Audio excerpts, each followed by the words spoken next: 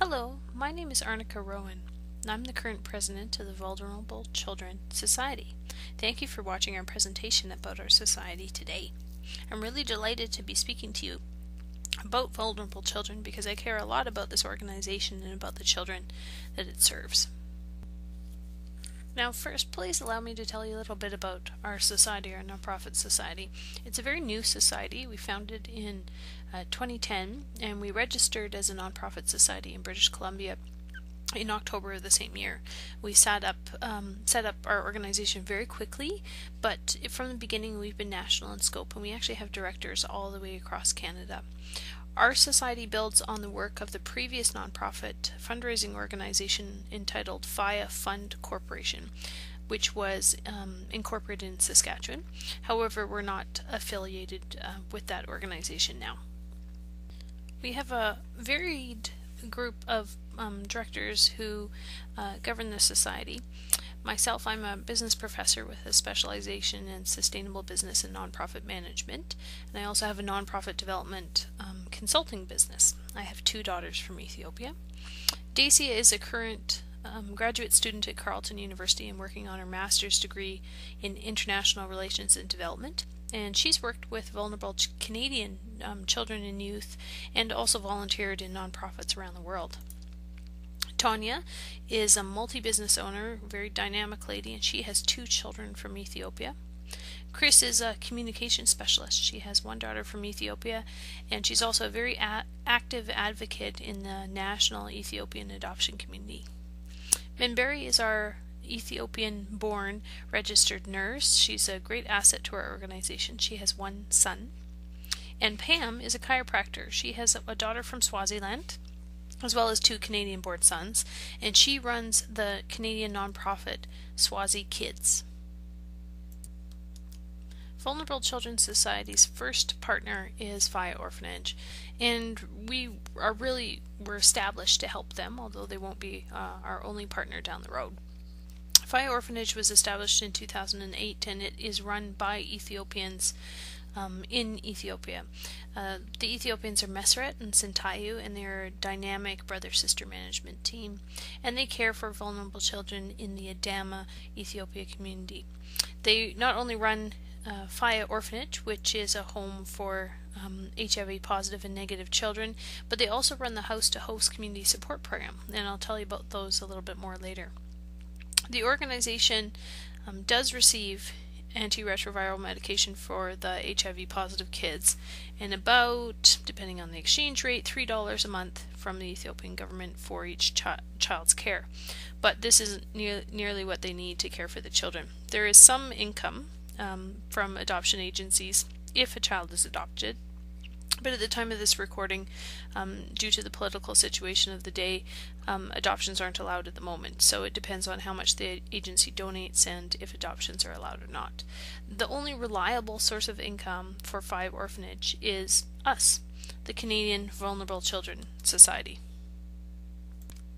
FIA Orphanage is in Adama, also known as Nazareth in Ethiopia. It's about 2 hours south of the capital of Ethiopia, Addis Ababa. And Adama is a pretty typical Ethiopian community. It's a mix of modern investment and building. You can see the wooden scaffolding along with a high-rise, which is typical juxtaposition in Ethiopian society. From down the street is a shopping center with modern housing. But if you follow it a little further, in Adama actually they do still have horse taxis, which is kind of interesting. You will find yourself in a neighborhood that absolutely astounds you with its poverty. People live in homes considered by Canadians as completely uninhabitable. This person actually would be probably one of the more affluent people in their neighborhood due to the sheep and the cow. But 40% of Ethiopians live on less than $1 a day. And the need in Ethiopia is quite astounding. Compiling the issues of poverty is, of course, the prevalence of HIV/AIDS in Ethiopia. So Ethiopia has, besides political upheaval and drought after drought, real pressure from HIV/AIDS. AIDS devastates economies because it erases workers, all all at that particular age of childbearing and working and contributing to society, and it plunges vulnerable countries into economic despair. But it also wreaks havoc on families and societies. Women of childbearing age particularly are the hardest hit by the AIDS epidemic. Statistically, they are the face of AIDS, and Ethiopia has, due to poverty and AIDS, an enormous number of orphan children. If you can imagine a society where there are not enough parents, extended family systems are completely overtaxed, and children are growing up without basic necessities or guidance. That is, of course, if they grow up. But there are people committed to helping these children orphaned by AIDS and orphaned by poverty, and some of these wonderful people are Meseret and Sintayo Demisi. They've committed their lives to helping these children in need. And as a director of Vulnerable Children's Society, it's our real pleasure to actually be working with them. You can see me here picking out some bunk beds with Sintayo in Ethiopia, and Meseret is actually helping me learn how to cook some shiro for my daughter when I was in Ethiopia as well. So let's talk a little bit more about Faye Orphanage itself. It's a small home. It is not an orphanage for hundreds and hundreds of children. It's meant to be a home environment. So currently it houses between 10 to 15 HIV positive and HIV negative children, although the license actually is for up to 30 children.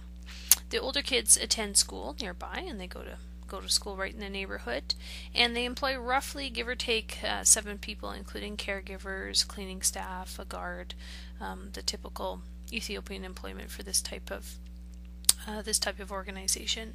They're actually located in a very clean, accessible part of Adama, which is a great neighborhood, and the entire organization astoundingly costs about 25,000 birr a month to run, which at the current exchange rates is about $1,600 a month. The house itself is really beautiful. It's actually very clean and spacious for Ethiopian standards. You can see some of the staff with the children outside the gates, and inside the gates there's a beautiful wide courtyard. The Faye organization actually started in a much smaller house, but they moved during the summer of 2010. The children are outside playing in the courtyard and enjoying themselves out in the sunshine. Inside it's quite spacious, although the walls are bare. Some sponsors and donors are working on that one. But the staff is friendly and warm and caring for the children, which is very important. The lady on the left you can see is making coffee ceremony to welcome visitors, and the ladies on the right are caregivers and cleaners. And some of the faces of the children, of course, blow you away. They're such beautiful children, and for some of these children this is a permanent home for them. Others will make their way into permanent homes in Canadian or US or Norwegian. It depends on who adoption is open to at the time, into some of their homes, but for others this is a permanent home, and they are well cared for and well loved. The folks at Faye Orphanage not only run the orphanage where children live, sort of as a last resort when the community resources are exhausted. They also run the house-to-house community support program, and this is really the future of Vulnerable Children's Society's programming in Ethiopia. This sustainable program is great because it helps children and families affected by poverty and AIDS, but it allows them to stay within their communities, within their existing societal structure.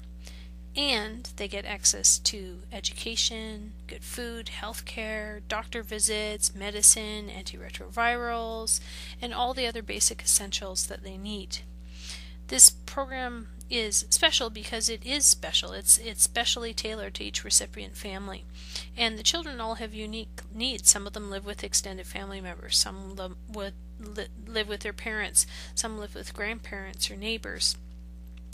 The commonality is that they're all deserving of help and they need in-community care. So this is a really sustainable solution. These are some of the beautiful children that are enrolled in the house-to-house program. And actually all these kids that you're going to see were needing of sponsors in the summer of 2010, but have now all been sponsored. And what does this mean for these children? Well, it means that they have a shot. They have a shot at survival.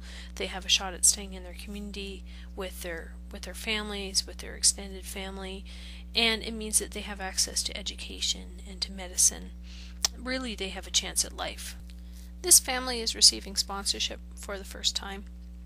The two girls who are looking a little nervous, I think they probably don't really know what does this mean. Does this mean hope for them? Does it mean opportunities for them or not? They live with their older sister as their parents have both passed away, and they do have a very uncertain future. And I think the sponsorship is probably going to change their world in very significant ways. The last story that I'd like to share with you is actually the story of this little boy and his grandmother. His face may be familiar to many people watching this video because this little 5-year-old boy actually lived for 2 years at Fayette Orphanage. He was one of the first children that ever came to the orphanage. But now, because of the support of the House to House program, he's living with his grandmother back in his community. And it's really a remarkable story because Fayette Orphanage was there when he needed it to take care of him. But now, due to the House to House community support program, he's back in his own neighborhood with his extended family, and they are doing just wonderfully well. All those children will have bright futures thanks to the folks at Fayette Orphanage and thanks to the generous sponsors of Vulnerable Children's Society. And the future really is bright for us and for our work. Our first goal is to achieve 100% sustainable funding for Fayette Orphanage through our sponsorship program. And that's really important because we want them to have consistent funding when they can count on it to consistently meet the needs of the children in that home. And then we're going to focus on expanding our house-to-house community program because there is just an almost unending need to address the needs of those children in the community waiting for help in Adama. Nextly, we'll be applying for charitable status. Now this takes approximately a year to achieve, so it will take a little while, but we know that's important to our sponsors, and it's also important for accountability and transparency, so that's a process that we're entering into soon. And then lastly, we're also going to be seeking out additional African nonprofit partners. We have a few in mind. The main thing will be that we find as good of a fit as Fayette Orphanage. People who are really dedicated, who are really enthused about helping children, and have the means and the vision and the commitment to see that through. This is an ambitious agenda, but Vulnerable Children's Society, well, we've set ourselves up to be sustainable and stable over the long term, and we're of course very passionate about the work that we have to do. You can be a part of Vulnerable Children's Society, and certainly your commitment can help us tremendously. The first way that you can help is to sponsor a child, and you can make a child's dreams of stable home, school, food, medical care come true by sponsoring either a child in the orphanage or a child in the community.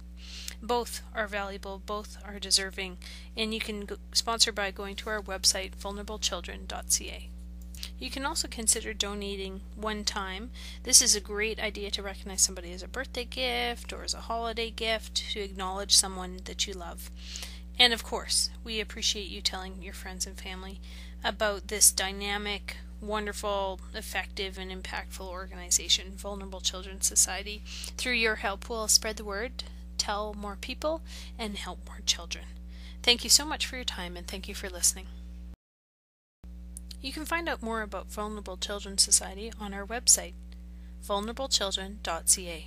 There are pictures of the children, up-to-date blog posts, reports from the Board of Directors, and all sorts of exciting things. So we'll see you there, vulnerablechildren.ca.